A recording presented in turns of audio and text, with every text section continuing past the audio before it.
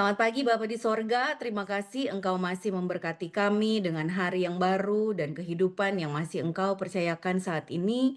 Kami akan mendengarkan sharing firman-Mu, berkati kami semua yang mendengarkan kebenaran firman-Mu, sehingga apa yang kami dengarkan bisa jatuh di tanah hati kami yang subur dan bisa berbuah lebat demi kemuliaan nama-Mu. Berkati anak-Mu yang akan menyampaikan kebenaran firman-Mu, karena sungguh tanpa Engkau, anak-Mu bukan siapa-siapa Bapa. Berbicaralah kepada masing-masing dari kami, ungkapkan isi hatimu di dalam nama Yesus. Haleluya.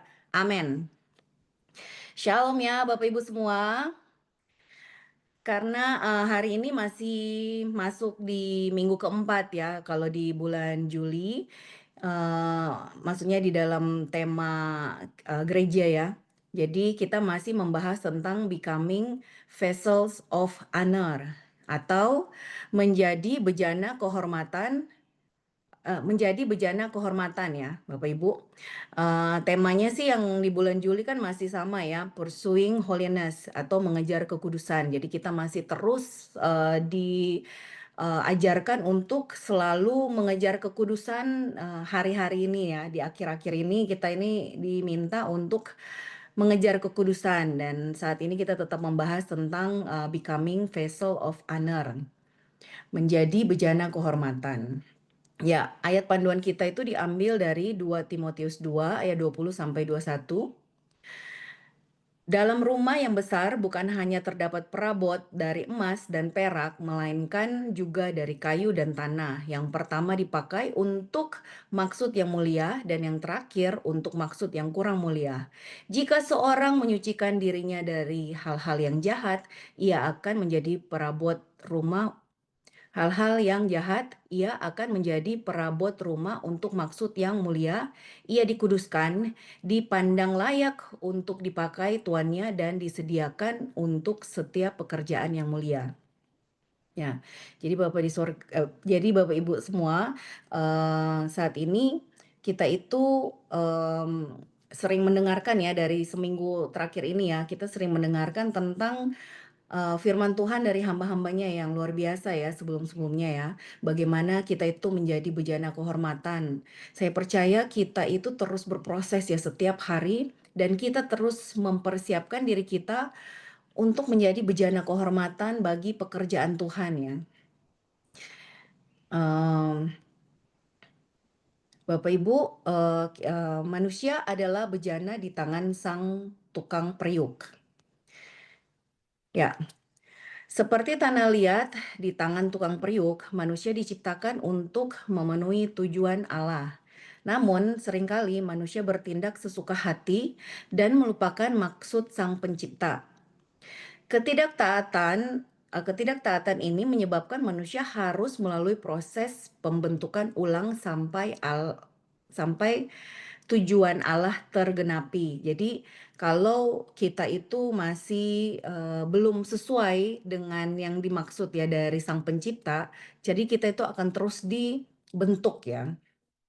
Seperti tertulis di Yeremia 18 ayat 6b. Seperti tanah liat di tangan tukang periuk, demikianlah kamu di tanganku, hai kaum Israel. Jadi Allah sudah berpesan kepada bangsa Israel bahwa mereka itu adalah tanah liat di tangan tukang periuk. Ya, Bapak Ibu, jika seseorang mau membuat pot, ia harus melalui proses panjang, ya. Mengumpulkan tanah, mengolah tanah agar bisa dibentuk, membentuk tanah menjadi pot, membakarnya lalu menghiasnya. Jadi seperti apa bejana itu dibentuk? Sepenuhnya terserah dari sang pembuatnya. Proses menjadikan tahan hingga menjadi bejana memang cukup panjang ya, menjadi tanah liat itu yang menjadi bejana itu memang cukup panjang dan sulit. Dan pada akhirnya terbentuk menjadi sebuah bejana yang indah dan berguna. Ya, mari kita berhenti sebentar dan mari kita merenungkan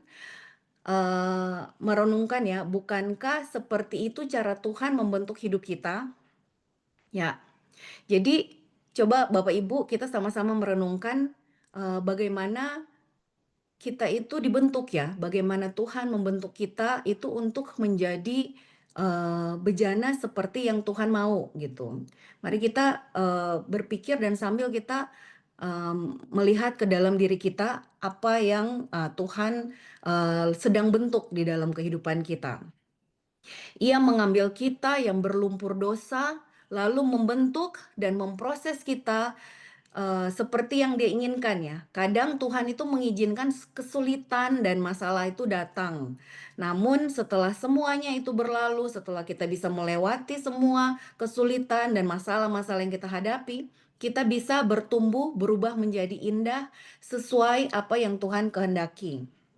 Ya Bapak Ibu, bagaimana ini kita, bagaimana Tuhan membentuk kita ya, jadi seperti, bejana ya, seperti di gambar ini kan bejananya berbeda-beda ya, tembikar ya kalau kita bilangnya, itu berbeda-beda bentuknya. Ini sesuai dengan, maksud ya yang dibuat oleh pembuatnya.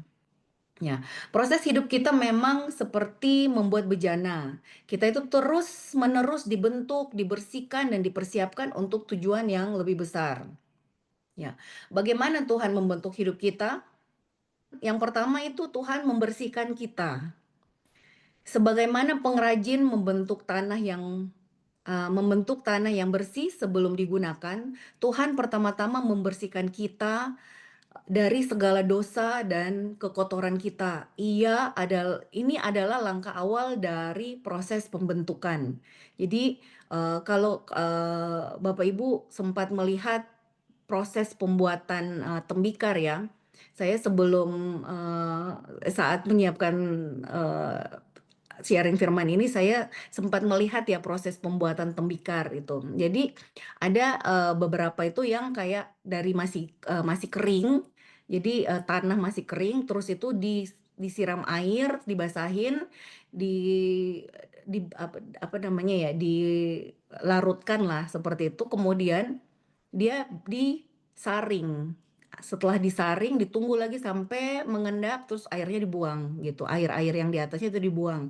Jadi memang prosesnya itu nggak serta-merta langsung gitu kan. Jadi prosesnya itu agak lumayan, panjang ya. Jadi bagaimana cara Tuhan itu membersihkan dosa-dosa kita itu melalui, darah Kristus Yesus ya, seperti kita tertulis di 1 Yohanes 1 ayat 7. Tetapi jika kita hidup di dalam terang, sama seperti Dia ada di dalam terang, maka kita beroleh persekutuan seorang dengan yang lain, dan darah Yesus anaknya itu menyucikan kita daripada segala dosa. Jadi seperti kita tadi dibersihkan, eee, apa namanya, tanah liat tadi dibersihkan, seperti itu juga Tuhan membersihkan kita, dosa-dosa kita, melalui darah Kristus Yesus ya. Kemudian yang kedua adalah Tuhan membentuk kita. Jadi pada saat, tembikar itu sudah siap dibentuk, itu akan dibentuk dan apa ya namanya ya, prosesnya itu ya entah dibanting lah, entah dilekuk-lekukin lah, entah dipencet-pencet lah gitu ya. Jadi Tuhan itu membentuk kita, jadi bagaikan bejana, Tuhan membentuk kita itu sesuai dengan keinginannya. Dari seonggok tanah yang tidak berarti menjadi sebuah pot yang indah dan siap digunakan. Ya, amin ya Bapak Ibu. Jadi kita ini dibentuk ya, kita siap dibentuk Tuhan dan, menjadi sebuah pot yang siap digunakan gitu. Nah, ini berarti kita itu harus siap dengan proses yang Tuhan, sedang kerjakan di dalam kehidupan kita masing-masing ya. Mungkin yang kita, harapkan tidak terjadi, mungkin Tuhan, mengubah arah hidup kita. Mungkin akhir-akhir ini Tuhan menjauhkan orang-orang tertentu di dalam hidup kita dan atau Tuhan itu membawa orang-orang lain itu di dalam kehidupan kita. Ya, bisa juga itu, ia menunjukkan Tuhan itu menunjukkan hal-hal yang tidak baik di dalam hidup kita untuk, kita perlu, bereskan gitu. Jadi, banyak hal yang Tuhan kerjakan di dalam kehidupan kita untuk membentuk kita gitu kan. Termasuk dengan menegur kita sendiri ya untuk hal-hal yang tidak baik. yang kita sudah kerjakan, Roh Kudus menegur kita, jadi kita harus bereskan hal-hal yang tidak baik di dalam kehidupan kita gitu. Jadi ada faktor dari luar dan ada faktor di dalam juga gitu.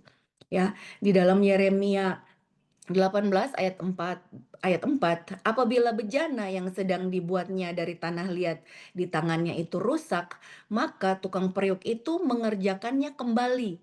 Jadi tukang periuk itu tetap kalau seandainya dia sedang poles bulet-bulet ya, kayak gitu ya. Kemudian sudah dipoles, ternyata, kegeser sedikit jadinya miring gitu kan, dan, jatuh atau apa gitu, rubuh. Nah, dia akan membuat kembali gitu.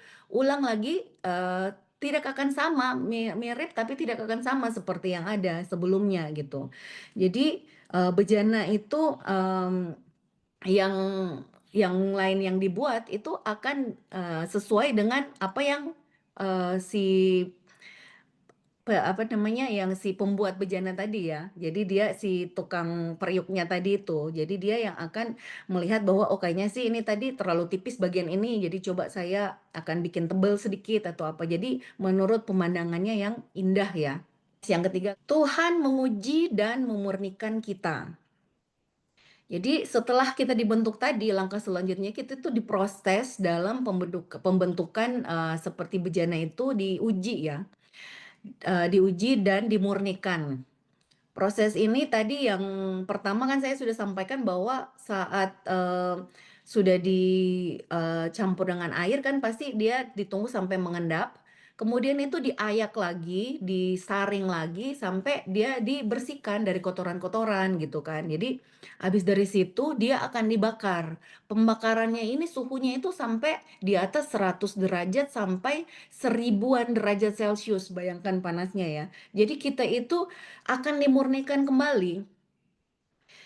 Ya, jadi, pemurnian yang diproses itu, tidak mudah dan tidak mengenakan ya.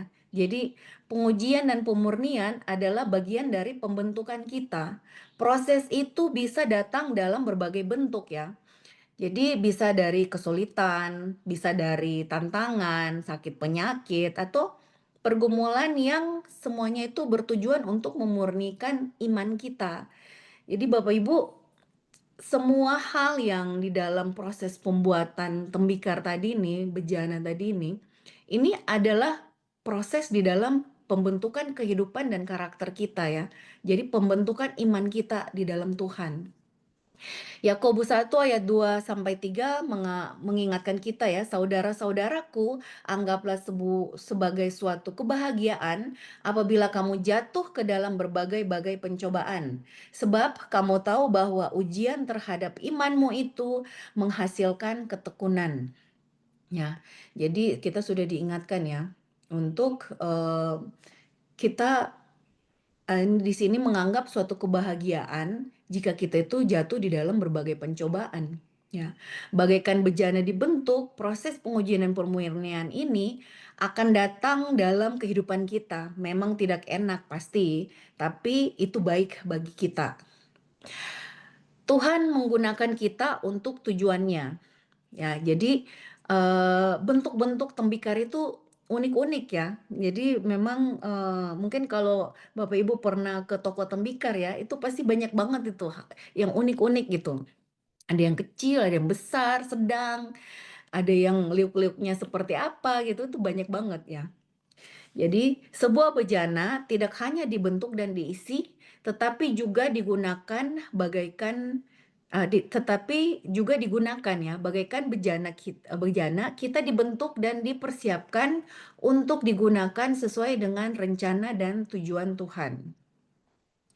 Ya, di Efesus 2 ayat 10 mengatakan, karena kita ini buatan Allah diciptakan dalam Kristus Yesus untuk melakukan pekerjaan baik yang dipersiapkan Allah sebelumnya.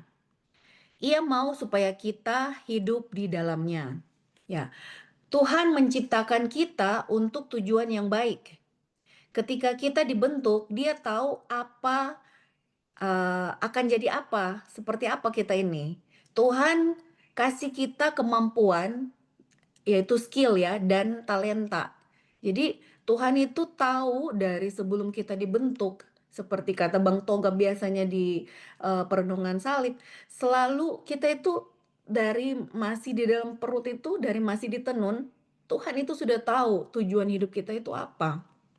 Ya, jadi seperti tembikar tadi, kita itu juga tahu bahwa Tuhan tahu bahwa kita itu akan dibentuk seperti apa, gitu. Yang kelima adalah Tuhan terus membentuk dan menyesuaikan kita.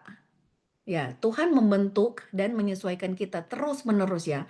Proses pembentukan bagaikan bejana tidak berhenti setelah satu kali penggunaan gitu. Sepanjang hidup kita, Tuhan terus-menerus membentuk dan menyesuaikan serta menyempurnakan kita sesuai dengan kehendaknya.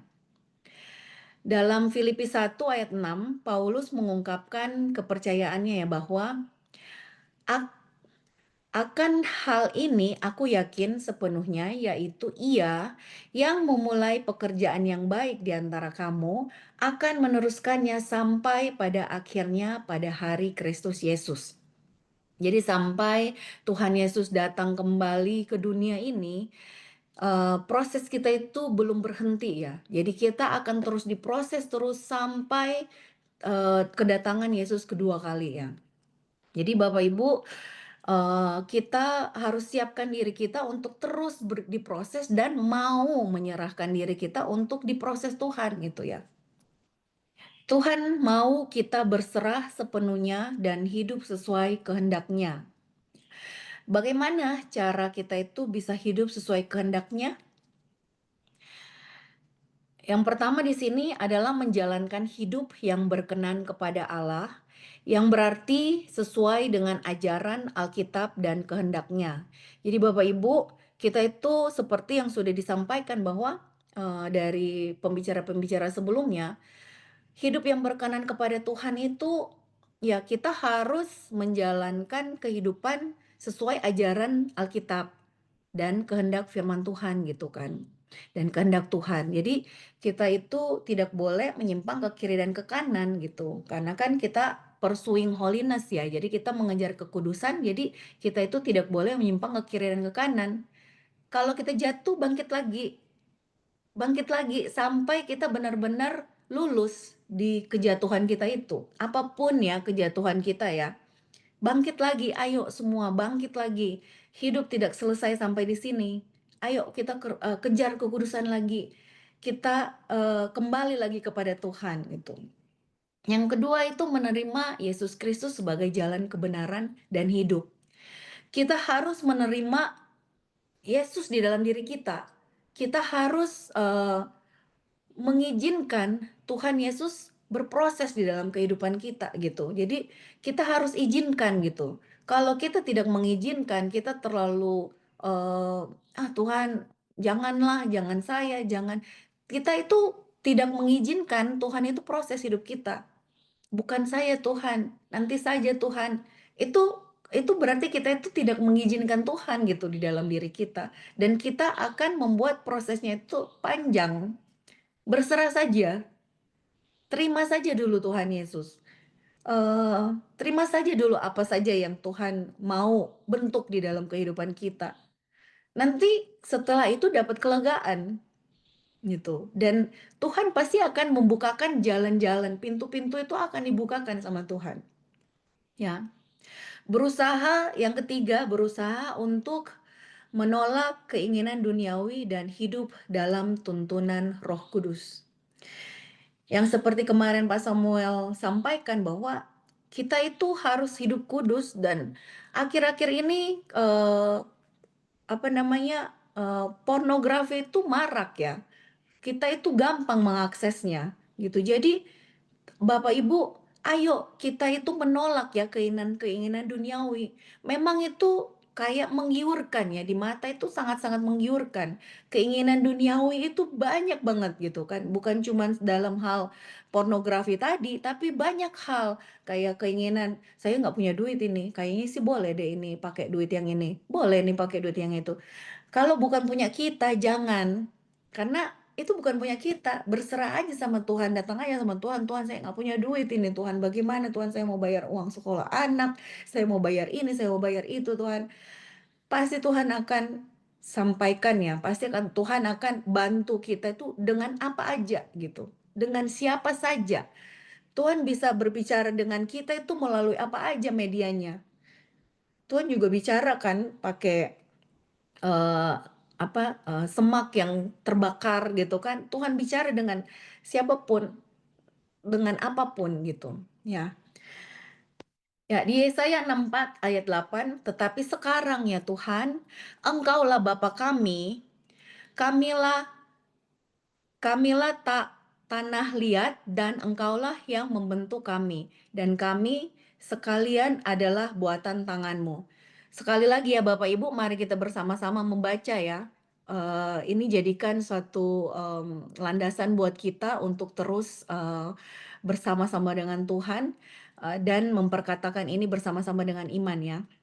Yesaya 64 ayat 8, "Tetapi sekarang ya Tuhan, Engkaulah Bapa kami, kamilah tanah liat, dan Engkaulah yang membentuk kami, dan kami sekalian adalah buatan tangan-Mu." Amin.